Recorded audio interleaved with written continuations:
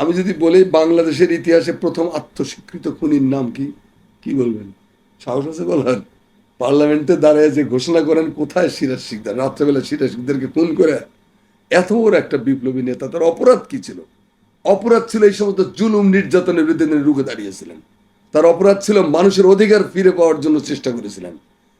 এই অপরাধের জন্য তাকে মেরে ফেলালো। মেরে ফেলে পরের দিন পার্লামেন্টে শেখ মুজিব বললেন যে কোথায় সিরাজ শিকদার?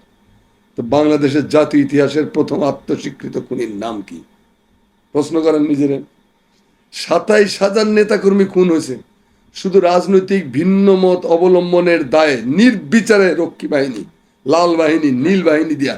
27,000 তো আমি বলতেছি, মূল তালিকাটা সিরাজ শিকদারের পিতা আব্দুর রাজ্জাক শিকদারের কাছে ছিল। শুধু আপনাকে চ্যালেঞ্জ করছে, প্রশ্ন করছে, এই অপরাধে নির্মম হত্যাকাণ্ডের শিকার হয়েছেন। এদের মধ্যে বিরাট অংশ ছিল মুক্তিযোদ্ধা।